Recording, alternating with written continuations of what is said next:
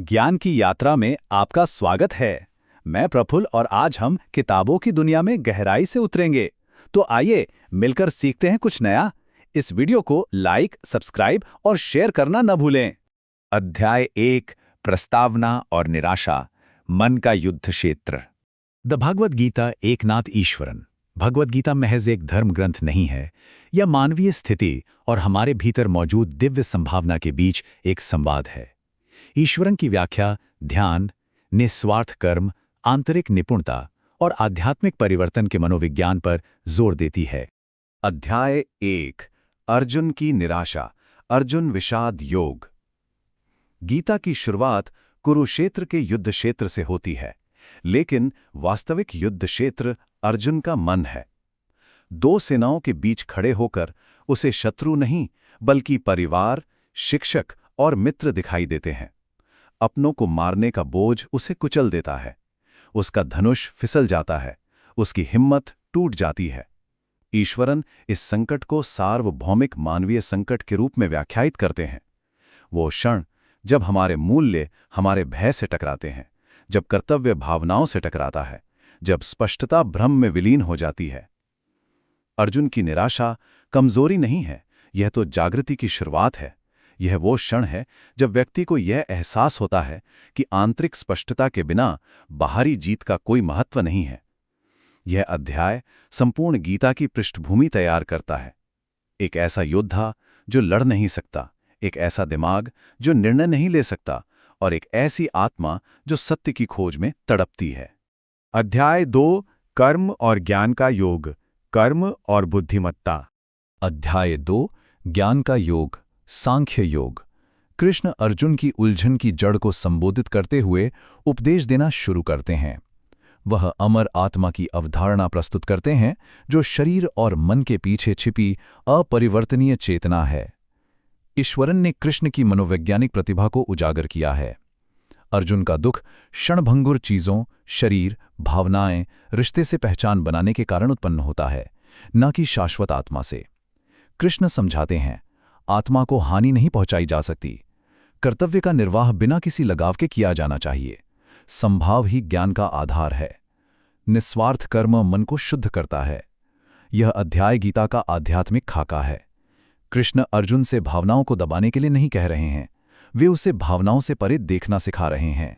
अध्याय 3 कर्मयोग। कर्मयोग। अर्जुन सोचता है कि क्या कर्म से बेहतर त्याग है? कृष्ण एक गहन सत्य के साथ उत्तर देते हैं, कर्म से बचा नहीं जा सकता। निष्क्रियता भी कर्म का ही एक रूप है। ईश्वरन इस बात पर जोर देते हैं कि असली सवाल ये नहीं है कि कार्यवाही करनी है या नहीं, बल्कि यह है कि कार्यवाही कैसे करनी है। कृष्ण सिखाते हैं, अहंकार से किया गया कर्म बंधनकारी होता है, निस्वार्थ भाव से किया गया कार्य मुक्ति दिलाता है। काम करना एक प्रकार की पूजा है। यह दुनिया निस्वार्थ सेवा से ही चलती है। यह अध्याय दैनिक जीवन को एक आध्यात्मिक मार्ग में परिवर्तित करता है। प्रत्येक कार्य, खाना पकाना, काम करना, बच्चों का पालन पोषण करना, जब निस्वार्थ भाव से किया जाता है तो मुक्ति की दिशा में एक कदम बन जाता है। अध्याय 4 ज्ञान और कर्म योग, ज्ञान कर्म संन्यास योग। कृष्ण आध्यात्मिक ज्ञान की कालातीतता को प्रकट करते हैं। वे कहते हैं, जब भी धर्म का पतन होता है तो संतुलन बहाल करने के लिए परमात्मा रूप धारण करते हैं। ईश्वरन इसकी व्याख्या पौराणिक कथा के रूप में नहीं बल्कि प्रत्येक मनुष्य के भीतर मौजूद दिव्य क्षमता के प्रतीक के रूप में करते हैं। कृष्ण समझाते हैं, ज्ञान और कर्म की एकता, इरादे का महत्व, मन को शुद्ध करने वाले आंतरिक त्याग, एक ही सत्य की ओर ले जाने वाले कई मार्ग। ये अध्याय दर्शाता है कि आध्यात्मिकता कठोर नहीं है, ये प्रत्येक व्यक्ति के स्वभाव के अनुकूल है। अध्याय 5 संन्यास योग, संन्यास योग। अर्जुन फिर पूछता है कि क्या संन्यास श्रेष्ठ है? कृष्ण स्पष्ट करते हैं कि सच्चा संन्यास आंतरिक है, जिम्मेदारियों को नहीं बल्कि स्वार्थ को छोड़ना। ईश्वरन गीता की व्यवहारिकता पर प्रकाश डालते हैं। आध्यात्मिक होने के लिए दुनिया छोड़ने की जरूरत नहीं है, आत्मकेंद्रितता छोड़ने की जरूरत है। कृष्ण उस शांति का वर्णन करते हैं जो तब आती है जब मन स्थिर हो, इच्छाएं शांत हो, कर्म निस्वार्थ हो, हृदय मुक्त हो। ये अध्याय आंतरिक स्वतंत्रता पर एक ध्यान है। अध्याय 3 ध्यान और ज्ञान योग, दैनिक अनुशासन। अध्याय 6 ध्यान योग, ध्यान योग। यह ईश्वरन की शिक्षा का हृदय है, एक दैनिक अनुशासन के रूप में ध्यान। कृष्ण समझाते हैं कैसे बैठें, कैसे सांस लें, कैसे ध्यान केंद्रित करें, भटकते मन को कैसे संभालें, आंतरिक शांति कैसे विकसित करें। ईश्वरन इस बात पर जोर देते हैं कि ध्यान कोई पलायन नहीं है, यह मन को स्थिर, दयालु और निडर बनने के लिए प्रशिक्षित करना है। कृष्ण अर्जुन को आश्वस्त करते हैं कि इस मार्ग पर थोड़ी सी भी प्रगति कभी व्यर्थ नहीं जाती। अध्याय 7 ज्ञान और विज्ञान योग, ज्ञान विज्ञान योग। कृष्ण अब खुले तौर पर अपने दिव्य स्वरूप की बात करते हैं। वे वास्तविकता के दो पहलुओं की व्याख्या करते हैं, बदलती दुनिया, प्रकृति, और शाश्वत दिव्य सार, पुरुष। ईश्वरन कृष्ण के संदेश की समावेशिता पर प्रकाश डालते हैं। प्रत्येक मार्ग, भक्ति, ज्ञान, कर्म, अंततः एक ही दिव्य स्रोत की ओर ले जाता है। कृष्ण अर्जुन को हर चीज में परमात्मा को देखने के लिए आमंत्रित करते हैं। अध्याय 8 अक्षर ब्रह्मयोग, अक्षर ब्रह्मयोग। अर्जुन आत्मा, कर्म और परमात्मा के बारे में पूछता है। कृष्ण उस शाश्वत वास्तविकता की व्याख्या करते हैं जो मृत्यु के बाद भी जीवित रहती है। ईश्वरन इस अध्याय को इस पर ध्यान के रूप में तैयार करते हैं। वास्तव में क्या टिकता है? मृत्यु के क्षण में अवजागरूकता जीवन भर के अभ्यास को कैसे दर्शाती है? आध्यात्मिक ध्यान को प्रतिदिन क्यों विकसित किया जाना चाहिए? यह अध्याय एक अनुस्मारक है कि जीवन एक सचेत, शांतिपूर्ण संक्रमण की तैयारी है। अध्याय 4 दिव्य दृष्टि और भक्ति, परमात्मा और ब्रह्मांड। अध्याय 9 राजविद्या योग, राजगुह्य योग। कृष्ण सबसे अंतरंग सत्य को प्रकट करते हैं। परमात्मा दुनिया से परे भी है और इसके भीतर पूरी तरह से मौजूद भी है। ईश्वरन इस अध्याय की गर्मजोशी पर जोर देते हैं। कृष्ण एक प्यारे दोस्त की तरह बोलते हैं, अर्जुन को आश्वस्त करते हैं कि पूर्णता से ज्यादा ईमानदारी मायने रखती है। प्रेम से दी गई सबसे सरल भेंट, एक पत्ता, एक फूल, पानी की एक बूंद भी परमात्मा तक पहुंचती है। अध्याय 10 विभूति योग, विभूति योग। कृष्ण दुनिया में अपनी अभिव्यक्तियों का वर्णन करते हैं। सबसे चपकीला तारा, सबसे मजबूत योद्धा, सबसे सुंदर रूप और सबसे महान गुण। ईश्वरन बताते हैं कि ये धारणा का प्रशिक्षण है। उत्कृष्टता, सौंदर्य और अच्छाई में परमात्मा को देखने से मन उन्नत होता है। ये अध्याय हमें साधारण में पवित्र को पहचानना सिखाता है।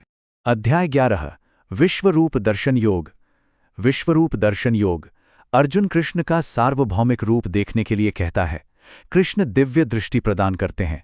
अर्जुन देखता है अनंत चेहरे, अंतहीन रूप, कल्पना से परे चमक, निर्माण और विनाश एक साथ हो रहे हैं। ईश्वरन इसे उस क्षण के रूप में व्याख्यायित करते हैं जब अर्जुन को एहसास होता है वास्तविकता की विशालता, अहंकार का छोटापन, लौकिक व्यवस्था की अनिवार्यता। यह अध्याय अभिभूत करने वाला, विस्मयाकारी और परिवर्तनकारी है। अध्याय 12 भक्ति योग, भक्ति योग। अर्जुन पूछता है कि कौन सा मार्ग बेहतर है, भक्ति या ज्ञान? कृष्ण प्रेम के मार्ग भक्ति की प्रशंसा करते हैं। वे एक सच्चे भक्त के गुणों का वर्णन करते हैं। दयालुता, धैर्य, विनम्रता, स्थिरता, करुणा, अहंकार से मुक्ति। ईश्वरन इस बात पर प्रकाश डालते हैं कि भक्ति भावुकता नहीं है, यह कर्म में व्यक्त निस्वार्थ प्रेम है। अध्याय 5 प्रकृति और तीनों गुण, क्षेत्र और ज्ञाता। अध्याय 13 क्षेत्र और क्षेत्रज्ञ योग, क्षेत्र क्षेत्रज्ञ योग। कृष्ण भेद करते हैं, शरीर और मन क्षेत्र और आत्मा क्षेत्र का ज्ञाता। ईश्वरन इसे एक गहन मनोवैज्ञानिक शिक्षा के रूप में समझाते हैं। हम अपने विचार, भावनाएं या भूमिकाएं नहीं हैं, हम उनके पीछे की जागरूकता हैं। ये अध्याय आत्मनिरीक्षण और आंतरिक वैराग्य की नींव रखता है। अध्याय 14 गुणत्रय विभाग योग, गुणत्रय विभाग योग।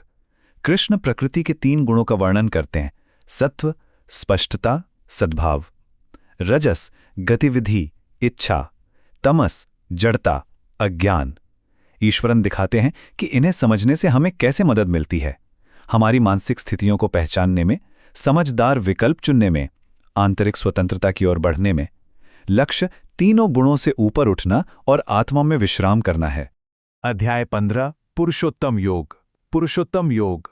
कृष्ण दुनिया का वर्णन करने के लिए उल्टे लौकिक वृक्ष के रूपक का उपयोग करते हैं, सुंदर लेकिन अस्थायी। ईश्वरन इसकी व्याख्या एक आवाहन के रूप में करते हैं। भ्रम से अलग होने के लिए, शाश्वत मूल की तलाश करने के लिए, सर्वोच्च आत्मा को साकार करने के लिए। यह अध्याय वास्तविकता की प्रकृति पर एक काव्य ध्यान है। अध्याय 16 दैवासुर संपद विभाग योग। दैवासुर संपद योग। कृष्ण तुलना करते हैं ऐसे गुण जो मुक्ति की ओर ले जाते हैं और ऐसे गुण जो बंधन की ओर ले जाते हैं। ईश्वरन इसे एक मनोवैज्ञानिक मानचित्र के रूप में तैयार करते हैं। साहस बनाम भय, विनम्रता बनाम अहंकार, आत्मनियंत्रण बनाम आवेग, करुणा बनाम क्रूरता। यह अध्याय चरित्र विकास को एक आध्यात्मिक अभ्यास के रूप में सिखाता है। अध्याय 6 मुक्ति का मार्ग, अंतिम संश्लेषण। अध्याय 17 त्रिस्तरीय आस्था, श्रद्धात्रय विभाग योग। आस्था, भोजन, वाणी, दान और अनुशासन, ये सभी 3 गुणों द्वारा आकारित होते हैं। ईश्वरन इस बात पर जोर देते हैं कि आध्यात्मिक विकास समग्र होता है, यहाँ तक कि दैनिक आदतें भी चेतना को प्रभावित करती हैं। यह अध्याय जीवन के हर पहलू में सचेत होकर जीने को प्रोत्साहित करता है। अध्याय 18 मुक्ति का योग, मोक्ष संन्यास योग। गीता सभी मार्गों के एक भव्य संश्लेषण के साथ समाप्त होती है। कार्यवाही, ज्ञान, भक्ति, त्याग, कर्तव्य, स्वतंत्रता। कृष्ण अर्जुन को उठने, कार्य करने और मुक्त हृदय से अपने धर्म का पालन करने के लिए प्रेरित करते हैं। ईश्वरन अंतिम संदेश पर प्रकाश डालते हैं। आंतरिक स्वतंत्रता निस्वार्थ कर्म, स्थिर ज्ञान और प्रेमपूर्ण समर्पण से आती है। अर्जुन का भ्रम दूर हो जाता है। वह कार्य करने के लिए तैयार है, क्रोध या महत्वाकांक्षा से नहीं, बल्कि स्पष्टता और उद्देश्य से प्रेरित होकर। समापन चिंतन। एकनाथ ईश्वरन की गीता की व्याख्या अत्यंत व्यावहारिक है। वो युद्ध क्षेत्र को हमारे दैनिक जीवन में ले आते हैं, संघर्ष, संदेह, महत्वाकांक्षाएं, भय, और दिखाते हैं कि कृष्ण की शिक्षाएं हमें स्पष्टता, करुणा और आंतरिक निपुणता की ओर कैसे मार्गदर्शन करती हैं। गीता एक ऐसी पुस्तक नहीं है जिसे एक बार पढ़ा जाए, ये जीवन भर का साथी है। इस वीडियो को लाइक, सब्सक्राइब और शेयर करना ना भूलें। प्रफुल्ल के साथ ज्ञान की यात्रा में बने रहने के लिए धन्यवाद। सीखते रहिए कुछ नया।